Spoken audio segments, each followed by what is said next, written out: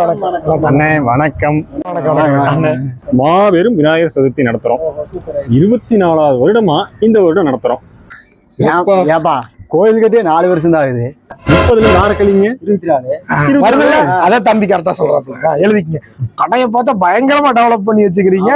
நான் இந்த நிலைமைக்கு இருக்கிற காரணமே விநாயகர் தான். அதனால என்ன பண்றதுன்னா முன்ன மாதிரி யாரும் கோயிலுக்கெல்லாம் யாரும் தர்றது இல்ல. உண்மைதானே. கலிகாலங்க என்ன பண்ண பாத்துக்க, விநாயகர் இல்லைன்னா நாங்க இல்லையாக்கு. ஊருக்குள்ள அண்ணனை பத்தி நிறைய பேர் நல்ல விதமா தான் சொல்றாங்க. இன்னமும் கரெக்ட் தான்ப்பா. இப்ப நம்மள மாதிரி யாரும் இல்ல.